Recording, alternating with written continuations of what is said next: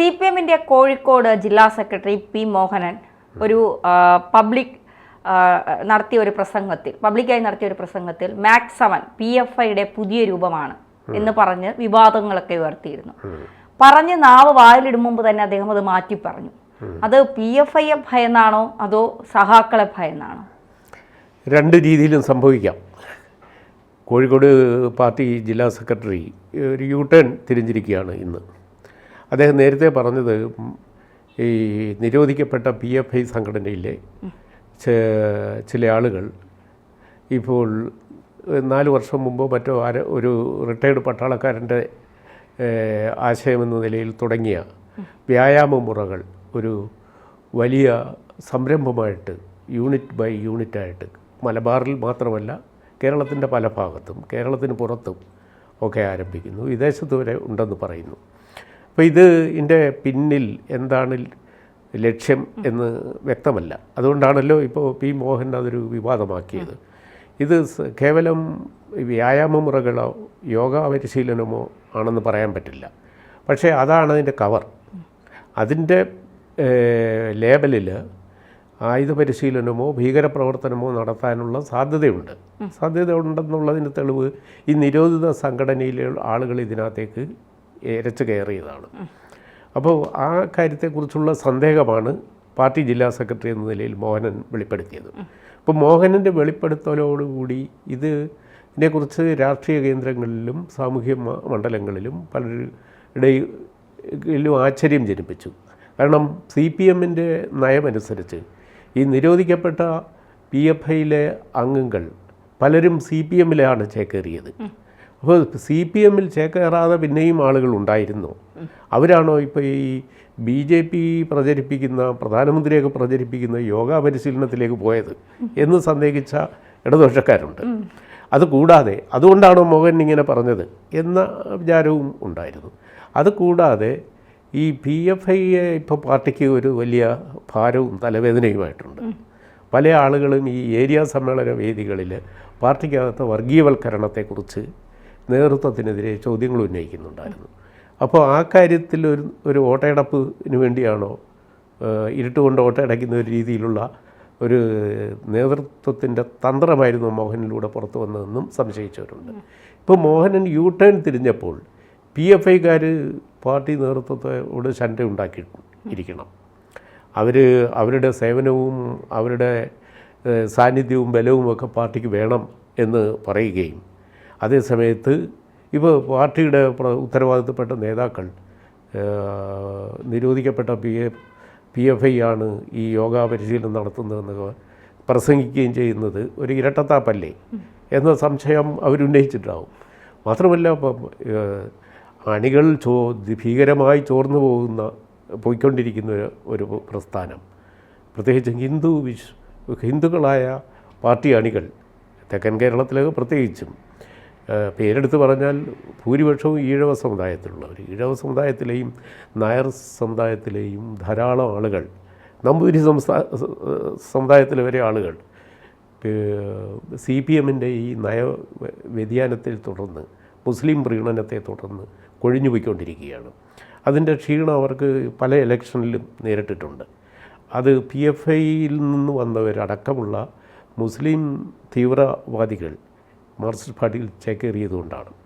അതിലുള്ള വിഷമം, അവർക്ക് കിട്ടുന്ന സ്ഥാനമാനങ്ങൾ, അവർക്ക് കിട്ടുന്ന പദവികൾ, അവർക്ക് കിട്ടുന്ന കൂടുതൽ അംഗീകാരങ്ങൾ, ഇതൊക്കെ പാർട്ടിക്കുള്ളിൽ അസ്വസ്ഥത ഉണ്ടാക്കിയിട്ടുണ്ട്.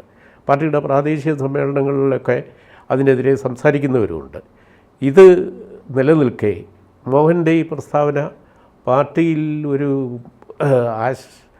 നയം മാറ്റം വന്നേക്കാം. അംഗസംഖ്യയൊക്കെ കൊടുക്കുന്നതിൽ, പുതിയ അംഗങ്ങളെ ചേർക്കുന്നതിലുമൊക്കെ ഒരുപക്ഷെ ആ പാർട്ടി അപകടം, കാൽക്കീഴിലെ മണ്ണ് ചോർന്നു പോകുന്നതിൻ്റെ അപകടമാണ് തിരിച്ചറിയുന്നുണ്ടാവും എന്നൊക്കെയായിരുന്നു നമ്മൾ രാഷ്ട്രീയ മണ്ഡലത്തിലുള്ളവർ ഇതിനെപ്പറ്റി ആലോചിച്ചത്. ആ ആലോചന എങ്ങും എത്തുന്നതിന് മുമ്പ് തന്നെ അതിൻ്റെ ആരോപണകർത്താവ് പെട്ടെന്ന് എബൌട്ട് ടേണായി. അപ്പോൾ അദ്ദേഹം നേരെ കടകം തിരിഞ്ഞ് ഇന്ന് ഒരു പ്രസ്താവന ഇറക്കിയിരിക്കുന്നു. അപ്പോൾ ഇത് കാരണം വ്യായാമ മുറകൾ ശരീര പുഷ്ടിക്കും ആരോഗ്യത്തിനും നല്ലതാണെന്ന് പറയുന്നു. ഇത് പണ്ട് യോഗ AKG സെൻറ്ററിൽ യോഗ പരിശീലിപ്പിച്ചിട്ടുണ്ട്. അത് TK രാമകൃഷ്ണനൊക്കെ ഉള്ള കാലം മുതലേ തുടങ്ങിയതാണ്. അപ്പോൾ ഒരുപാട് പാർട്ടി നേതാക്കൾ യോഗ പരിശീലിക്കുന്നുണ്ട്. VS അച്യുതാനന്ദൻ പ്രത്യേകമായി യോഗയുടെയും വ്യായാമത്തിൻ്റെയൊക്കെ പ്രണേതാവാണ്. അദ്ദേഹത്തിൻ്റെ ദീർഘമായ ആരോഗ്യത്തിൻ്റെയും ജീവിതത്തിൻ്റെയും അടിസ്ഥാനം ഒരുപക്ഷെ കൃത്യമായ ചിട്ടയായ ജീവിതവും വ്യായാമ മുറകളുമാണെന്നും പറയാറുണ്ട്.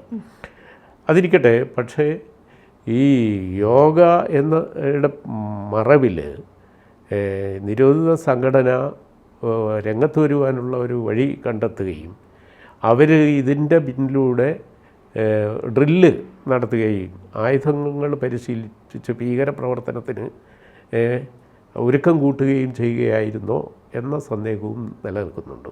അത് പരിശോധിക്കാനാണ് കേന്ദ്ര രഹസ്യാന്വേഷണ ഏജൻസി ഈ സംഘടനയുടെ പ്രവർത്തനത്തിനെ നിരീക്ഷിക്കാൻ തുടങ്ങിയത്. ആ നിരീക്ഷണമൊന്നും ഇപ്പോൾ മോഹനൻ കടകം തിരിഞ്ഞതുകൊണ്ടൊന്നും മാറാൻ പോകുന്നില്ല. ഏതായാലും ഇവരെ സൂക്ഷ്മമായിട്ട് നോക്കും. അതാണ് ഇപ്പോഴത്തെ അവസ്ഥ. എന്താണ് മാക് 7 എന്ന് പറയുന്നത്? 7 വ്യായാമ സംവിധാനത്തെ പലതായി തിരിച്ച് രാവിലെയും വൈകിട്ടും സമയം കിട്ടുമ്പോഴൊക്കെ കൂട്ടമായി ആളുകൾ വലിയ മൈതാനത്ത് കൂടി പരിശീലനം നടത്തുന്നതാണ്. പ്രത്യക്ഷത്തിൽ അതിൽ തെറ്റൊന്നും പറയാനില്ല. യോഗ പരിശീലിക്കാൻ ആർക്കും അവകാശമുണ്ട്. കാരണം യോഗ 4000 വർഷം മുമ്പ് പതഞ്ജലി ക്രോഡീകരിച്ച് പുതുതായി ലോക സമൂഹത്തിന് നൽകിയതാണ്. അതിന് ഇന്ന് ലോകത്തെ അനേകം രാജ്യങ്ങൾ 136 രാജ്യങ്ങളിൽ ഇന്ന് അംഗീകാരമുണ്ട് ഔദ്യോഗികമായി. UN അതിനൊരു പ്രത്യേക യോഗാ ദിനം തന്നെ ആചരിക്കുന്നുമുണ്ട്. പ്രധാനമന്ത്രി നരേന്ദ്രമോദിയുടെ നിർദ്ദേശപ്രകാരമാണ് UN ആ പദ്ധതി എല്ലാ അംഗരാഷ്ട്രങ്ങളോടും ഫോളോ ചെയ്യാനായിട്ട് ആവശ്യപ്പെടുകയും അത് 2016 മുതൽ പ്രാബല്യത്തിൽ വരികയും ചെയ്തത്. അപ്പോൾ യോഗ ഇന്ന് ലോകം അംഗീകരിക്കുന്ന ഒരു ആരോഗ്യ അഭ്യാസ മുറയാണ്. അത് ലോകത്തിന് ഋഷിപ്രോക്തമായ ആചാരമുറകളും യോഗ പരിശീലനവും ലോകം ഇന്ത്യക്ക് നൽകിയ ഒരു വലിയ സംഭാവനയാണ്. ഇപ്പോൾ ഗ്രേറ്റ് ബ്രിട്ടൻ ഐസക് ന്യൂട്ടനിലൂടെ ആപേക്ഷിക സിദ്ധാന്തവും ഈ ഗ്രാവിറ്റേഷണൽ ഭൂഗുരുത്വാകർഷണം നൽകിയെന്ന് പറയുന്നത് പോലെ അതിനെ സമാനമായ ഒരു ശാസ്ത്രീയ സംഭാവനയാണ് യോഗ എന്ന് വ്യാഖ്യാനിക്കുന്നവരെയും ഞാൻ കണ്ടിട്ടുണ്ട്.